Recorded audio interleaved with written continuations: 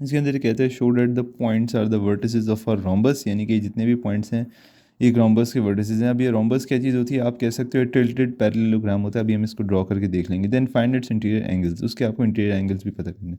सबसे पहले तो हम इसको ड्रॉ करते हैं। 0 0 पे पहला पॉइंट है, दूसरा पॉइंट है 2 1 पे, यानी कि यहाँ कहीं हो जाएगा। इसके बाद है 3 3, ठीक है बना देते हैं 3 3। समझ में नहीं आ रहा है ये कैसे बन रहा है। 1 2 1 2, हाँ ओके समझ में आ गया। ये यहाँ कहीं बन गया। ये ऐसे निकलेगा कुछ ऐसे करके, ये कुछ इस शेप का इन्होंने ना बनाने की कोशिश की है, ठीक है। ये है बेसिकली रोम्बस। अगर मैं आपको दिखाऊँ ना थोड़ा सा, तो ये है, ये पैरेललोग्राम होता है, उसका टिल्टेड वाला वर्जन। आप इसको जो है ना रोटेशन में देख लोगे, सही है। इसका हमें कह रहा है आपने इंटीरियर एंगल्स भी पता करना है। इसकी एक्चुअल शेप क्या है, ये और ये, ठीक है। सो इसके इंटीरियर एंगल्स आपको पता करने को कह रहा है, लेकिन उससे भी पहले ये प्रूव करो कि ये इसके वर्टिसेस हैं, ठीक है। सो मैं इनको मार्क कर लेता हूँ। ये मेरा ए है, ये बी है, ये सी है और ये डी है, ठीक है। सो ये ए बी सी डी, ठीक है। सो अब मैं सबसे पहले इनको प्रूव करता हूँ कि ये वर्टिस। अब ये प्रूव कैसे करेंगे कि ये वर्टिस है। देखो मैंने आपको क्या बताया, पैरेललोग्राम का टिल्टेड वर्जन है ना। अब पैरेललोग्राम के स्लोप्स किस तरह रिलेटेड होते थे। लेट जैसे पैरेललोग्राम का ये स्लोप 1 है, सो ये वाला स्लोप क्या होगा, उसका रेसिप्रोकल होगा, यानी कि बिल्कुल उसका उलट होगा। यानी कि ये दोनों जो साइड होंगी, ये दोनों ये आपस में पैरेलल होंगी और इनका जो स्लोप्स होंगे 1 1 होंगे।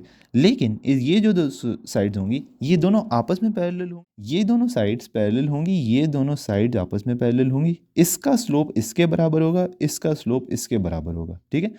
ये कुछ इसी तरीके से निकल आएंगे। अब हम क्या करते हैं, हम सबसे पहले ना इनके स्लोप्स पता कर लेते हैं। तो मैं सबसे पहले ए बी साइड का स्लोप पता करता हूँ। एम ए बी, ये तो आसान काम है, आप कर लो जल्दी जल्दी।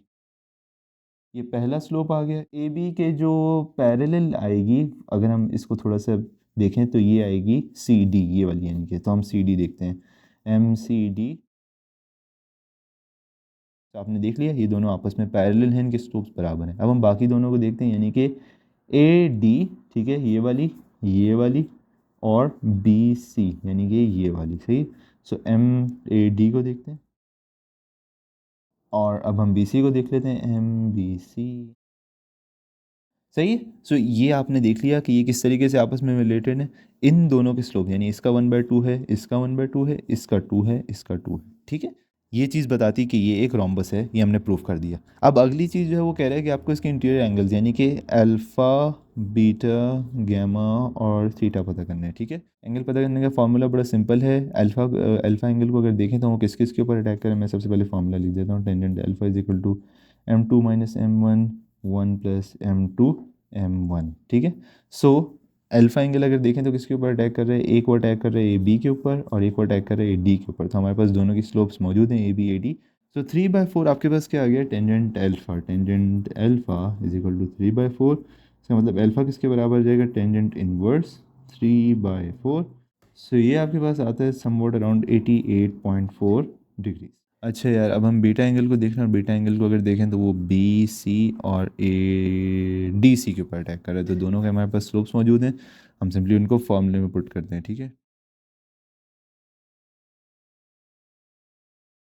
इसके बाद हम थीटा एंगल को देख लेते हैं। थीटा एंगल कहाँ पर, ए डी और सी डी। सो हमारे पास टेंजेंट थीटा आ जाएगा।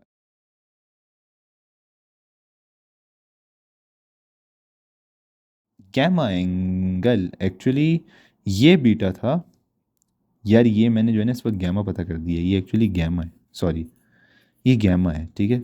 सो मैं अब बीटा पता कर लेता हूँ। टेंजेंट बीटा वो कितना आ जाएगा, बीटा है किस किस के ऊपर, ए बी और बी सी, सही है। तो A B B C same ही है।